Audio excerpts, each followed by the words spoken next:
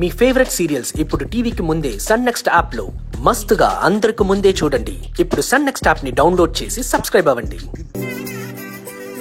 ఏం చేస్తున్నావు అభి? మనం నిద్రపోవడానికి పక్క సర్దుతున్నాను. ఈ పక్క మీద పక్కనే మన ఇద్దరం పడుకునే అంత స్నేహం చనువు లేదనుకుంటా. భార్యాభర్తలు పక్కపక్కనే పడుకునే స్వేచ్ఛ పెళ్లి జరిగిన రోజే వస్తుంది. భర్త భార్య మెళ్ళలో కట్టిన తాళి వల్ల అదొస్తుంది. ఆ విషయం మీకు ప్రత్యేకంగా చెప్పాలా? అది అందరి భార్యాభర్తల మధ్య జరగదు. అవును, కొంతమందికి వెంటనే జరుగుతుంది, ఇంకొంతమందికి కాస్త టైం పడుతుంది. మనిద్దరి మధ్య అయితే ఆ స్వేచ్ఛ ఎప్పటికీ రాదు, ఆ చనువు ఎప్పటికీ పెరగదు.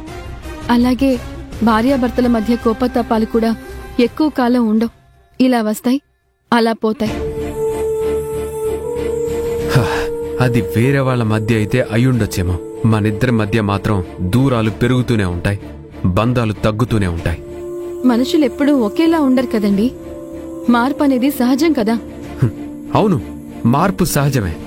నీ మీద నాకు పుట్టిన అసహ్యం ఆ మార్పుతోనే వచ్చింది.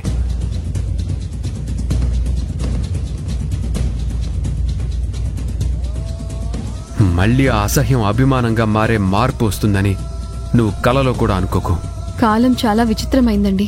మనం ఒకటనుకుంటే అది ఇంకొకటి చేస్తుంది, మనం ఒకటి కోరుకుంటే అది ఇంకొకటి ఇస్తుంది. అది ఎప్పుడో రుజువైంది. నీలాంటి అమ్మాయి భారీగా రావాలని నేనేనాడు అనుకోలేదు. దానికి విరుద్ధంగా నువ్వే నా భారీగా వచ్చావు. అలాగే ఇప్పుడు నన్ను ఏ విధంగా అయితే అసహించుకుంటున్నారో అలాగే కొన్ని రోజులకి అభిమానం కూడా పుట్టేలా ఈ కాలమే మన చుట్టూ ఉన్న పరిస్థితుల్ని మారుస్తుంది. ఇలా ఊహించుకుంటూ బ్రతికేయడం నీలాంటి వాళ్ళ కాస్త ఓదార్పునిస్తుందేమో కానీ నిజ జీవితంలో అది ఖచ్చితంగా జరగదు. నీలాంటి వాళ్ళు కూడా ఇలాగే జరగదు అని అనుకుంటారు. కానీ ఏదో ఒక రోజు అది జరుగుతుంది. అదే ఖచ్చితంగా జరిగి తీరుతుంది. చూడబి, నీ మాటలతో నీ వేషాలతో అందర్నీ మెప్పించగలవేమో, అందర్నీ మభ్య పెట్టగలవేమో కానీ నన్ను మాత్రం ఎప్పటికీ మెప్పించలేవు, మభ్య పెట్టలేవు. నేను ఏనాడు ఎవరిని మెప్పించడానికి ప్రయత్నించలేదు, మభ్య పెట్టడానికి ప్రయత్నించలేదు. నేను ఎలా ఉన్నానో అలాగే ఉండడానికి ప్రయత్నించాను.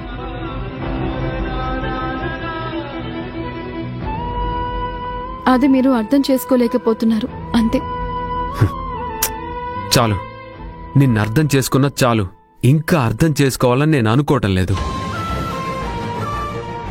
మీరు నన్ను అర్థం చేసుకోకపోయినా పర్వాలేదు, కానీ అపార్థం చేసుకుంటున్నారు. అక్కడే అసలు సమస్య వస్తోంది. అపార్థం చేసుకోవడం కాదు, అదే నిజం. ఒక్క మాట అడుగుతాను చెప్పు, ఈ ఇంట్లో నేనొక్కడే నిన్ను అసహించుకుంటున్నానా? నిన్ను ఇష్టపడని వాళ్ళు, నిన్ను అసహించుకునే వాళ్ళు ఈ ఇంట్లో ఇంకా ఉన్నారు కదా. వాళ్ళు కూడా అపార్థం చేసుకున్నట్టేనా? ముమ్మాటికి అంతే. అర్థం చేసుకున్న వాళ్ళెవరూ నన్ను అసహించుకోరు. అది నీ భ్రమభి. ఒక్కరు నిన్ను దూరం పెడుతున్నారంటే అది ఒకరి తప్పు అయ్యుండొచ్చు, కానీ 10 మంది నిన్ను ఇష్టపడటం లేదంటే లోపం నీలో ఉందని అది నీకు అర్థం కావట్లేదు. తప్పు చేసిన వాళ్ళు తప్పు చేశామని ఏనాడు ఒప్పుకోరు.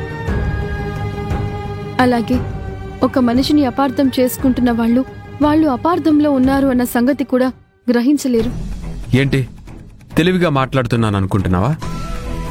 లేదు, మీకు తెలిసేలా మాట్లాడుతున్నాను. మీకు అర్థమయ్యేలా చెప్పడానికి ప్రయత్నిస్తున్నాను. నువ్వు నా పక్కన నిలబడ్డానికే నీకు అర్హత లేదు. అలాంటిది నువ్వు నేను పడుకునే పక్క పంచుకుంటానంటే ఒప్పుకుంటాననుకుంటున్నావా? అంటే నాకు అర్హత లేదంటారా? ముమ్మాటికి లేదు, ఎప్పటికీ రాదు. నా కోసం కాకపోయినా కనీసం మావయ్య గారి గురించైనా ఆలోచించండి. ఏం ఆలోచించాలి? మనం వేరువేరుగా ఉంటున్నామని, మన మధ్య రోజురోజుకి దూరం పెరుగుతోందని మావయ్య గారు చాలా బాధపడుతున్నారు. నేను నా తల్లిదండ్రులను గౌరవిస్తాను, కానీ నీ విషయంలో మాత్రం నా తల్లిదండ్రుల మాట కూడా నేను వినదలుచుకోలేదు. అలా కాదండి, చూడబి, నిన్ను చూస్తూ ఉంటేనే నాకు అసహ్యంగా ఉందని 100 సార్లు చెప్తున్నా నీకెందుకు అర్థం కావట్లేదు? నీ కళ్ళబొల్లి మాటలతో నటిస్తూ నన్ను ఇంప్రెస్ చేయడానికి ప్రయత్నించుకో. ముందెక్కడి నుంచి వెళ్ళు.